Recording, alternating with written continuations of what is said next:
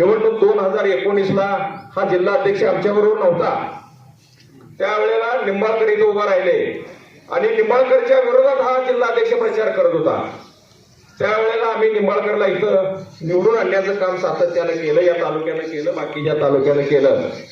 आणि माझ्या आवर्जून एवढं सांगेन, त्याच्यानंतर 2024ला इथं निवडणूक लागली आणि हा जिल्हाध्यक्ष कुठल्या पायाला होता, कसा होता, मी काय बोलत जाणार नाही, परंतु ते इथं खासदारला पराभूत व्हावं लागलं।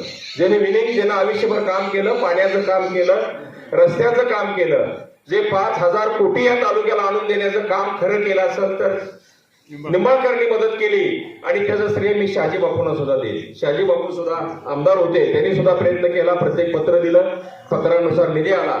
ज्यांनी केलंय त्यानं केलंच म्हणावं लागेल। पक्ष पार्ट्या जरी वेगळ्या असतील तर आम्ही युतीमध्ये होतो, बापूला सुद्धा त्याचं श्रेय द्यावं लागेल आणि त्याचा साक्षीदार मी आहे।